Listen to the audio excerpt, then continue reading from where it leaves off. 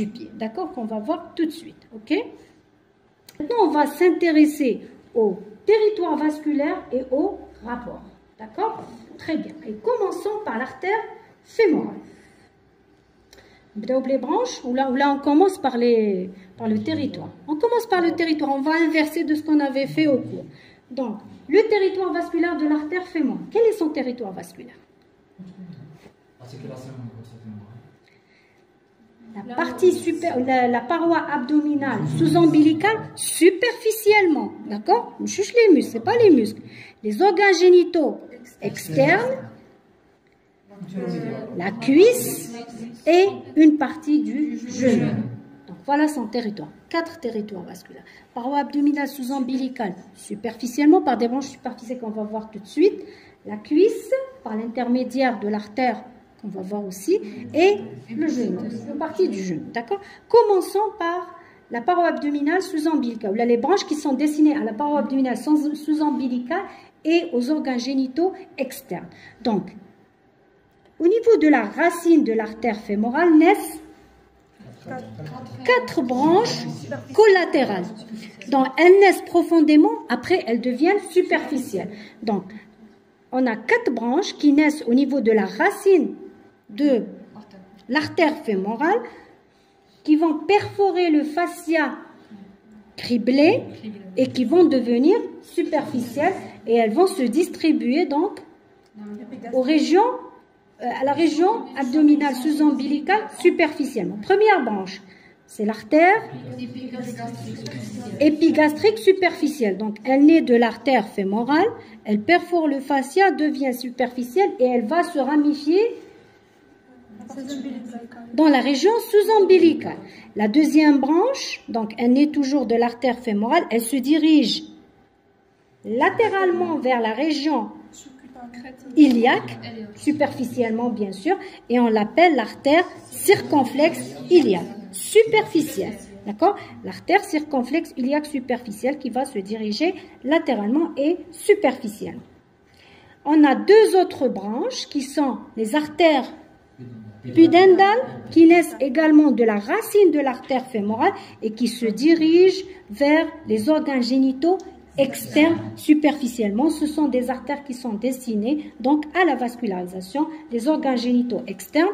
On a le scrotum testicule chez l'homme et les grandes lèvres chez la femme. D'accord? Donc superficielles. Donc voilà les premières branches qui sont superficielles. Ensuite, oui. Chez la région périnée. Le périnée, c'est la partie qui ferme le tronc en bas, là où se trouvent les organes génitaux externes. D'accord? Parce qu'on lorsqu'on a divisé le tronc, on a dit qu'il y a le thorax, l'abdomen, le petit bassin, ensuite le périnée. Le périnée, c'est la partie qui ferme le tronc en bas. D'accord? En allant des organes génitaux en avant jusqu'à l'anus en arrière. Ok? Très bien. Maintenant, l'artère fémorale va donner une branche très importante qui est l'artère fémorale profonde. Maintenant, je vais juste la faire apparaître et disparaître. Donc, l'artère fémorale profonde, c'est la branche la plus importante. Et c'est elle qui est responsable de la vascularisation de la cuisse. Très bien. Elle donne combien de branches collatérales? 5. Voilà. Regardez l'artère. Non, ça c'est l'artère fémorale. Ça c'est l'artère fémorale profonde. D'accord? Donc l'artère fémorale profonde est une branche importante. Elle va se diriger en bas et latéralement. Et elle donne combien de branches? 5 ou 6? Elle donne. On va les voir et on va voir. Hein. Elle donne 6 branches collatérales. Non, la descendante du genou, c'est une branche de l'artère fémorale. D'accord? C'est pour ça que quand on avait parlé du territoire, on a fait chaque région. Ok? Voilà. Alors suivez s'il vous plaît. Elle va donner tout d'abord l'artère fémorale. Je vais la faire apparaître et disparaître. Regardez l'artère fémorale.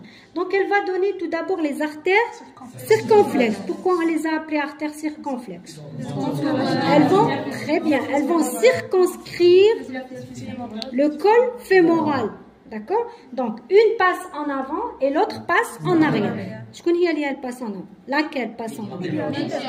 La latérale. D'accord? Donc, regardez. La circonflexe latérale, vous la voyez? Donc, je la fais apparaître et disparaître. Comme c'est un sujet qui n'était pas en position zéro anatomique, donc les structures, on ne peut pas les voir placées dans un... D'accord? Donc là, c'est la circonflexe iliaque, latérale. On a la circonflexe médiale, regardez. Donc, bien sûr, elle est médialement, mais elle passe derrière le col chirurgical du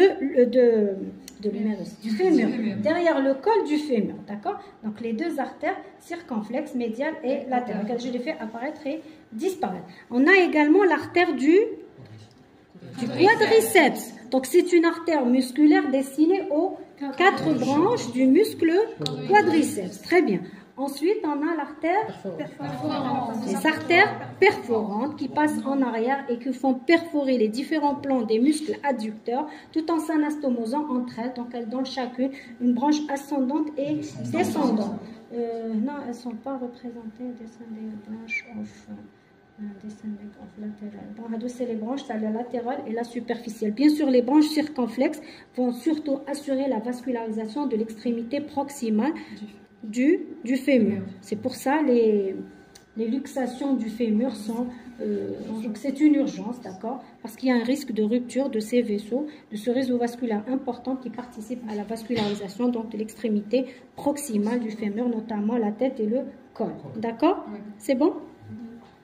Donc on a dit les deux artères circonflexes, l'artère du quadriceps et les 3 artères perforantes. Ça nous fait 6 branches collatérales. Oui. L'artère circonflexe médiale. Oui. Nous fait branche horizontale, ascendante, descendante. Oui. ماشي branche elle est d'accord. On va dire anastomose avec l'artère perforante. Les artères perforantes, oui. Oui, les deux s'anastomosent avec les perforantes, les deux circonflexes, d'accord? En donnant des branches descendantes, oui, en donnant des branches descendantes. Vous voyez que c'est un réseau important, anastomotique, derrière le fémur, qu'on appelle le réseau cruciforme. On a fait ça au cours. Le réseau cruciforme, c'est l'anastomose entre les artères perforantes, les circonflexes, etc. D'accord? Donc un véritable réseau vasculaire anastomotique au niveau de la face dorsale de la cuisse. C'est bon? On a terminé avec l'artère profonde du genou. Maintenant, on passe à la dernière branche de l'artère fémorale. Ne pas mélanger avec les branches de l'artère fémorale profonde et les branches de l'artère fémorale commune ou commune, propre. D'accord?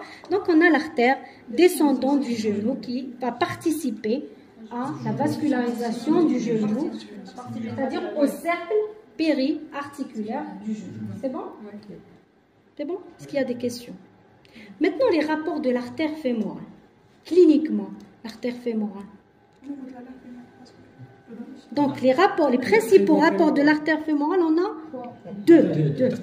On a le trigone fémoral et le canal des adducteurs. Le trigone fémoral, on l'a vu la dernière fois, fait séance de travaux pratiques, d'accord? Je vous ai montré. Donc, le trigone fémoral, l'artère, elle n'est pas très profonde, d'accord? Le trigone fémoral qui se trouve au niveau de la face ventromédiale de la cuisse, et c'est là où on peut palper le pouls fémoral, l'artère fémorale, c'est-à-dire le pouls fémoral. Donc, au niveau du trigone fémoral. Le deuxième segment de l'artère fémorale, il est plus profond. Il se trouve dans une région qu'on appelle le canal des adducteurs. Il est limité par quoi, le canal des adducteurs? Ses limites sont bien sûr musculaires, d'accord? Quelles sont ses limites? C'est sur le pectiné? Non, on l'a appelé le canal des adducteurs parce qu'il est en rapport avec les muscles adducteurs qui sont donc en avant, on a le muscle vaste médial qui est un muscle de la loge antérieure de la cuisse vaste médiale. Regardez, ça c'est le rapport antérieur, tu as le contenant.